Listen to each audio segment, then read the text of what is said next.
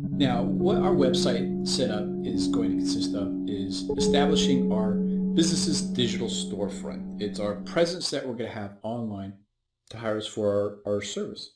We're going to focus on domains, how to purchase a domain, the different types of domains, the hosting setup with SSL. That is a secured hypertext transfer protocol, or HTTPS. We're going to look at CDNs, why they're important, why we need to have them. And also, I'm going to show you how to set up a marketing workbook that allows you to track and monitor changes and updates and backlinks and anything else that we need to monitor in order to be able to analyze data of success. Now, the requirements that we're going to need a domain name, and that domain name needs to have the www when you set it up. And the reason we do that is so that way we can protect our root domain from any attacks.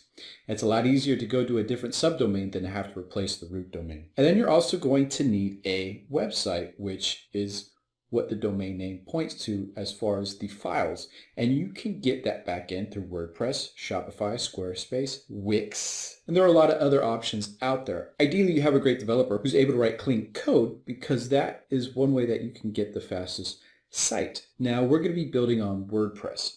And the tools that you're going to need a registrar. That's where you register your domain. That's where you register your domain name. You're going to need a host. That's where you store the files. You can think of it as part of the cloud, which you're able to access from anywhere. And you could update, make changes, and work on the back end of your site. We use Cloudflare as our CDN. And then you may want to use Excel or a Google Sheet to set up your workbook tracking. So in this segment, I'm really looking forward to showing you how to set up your website for success.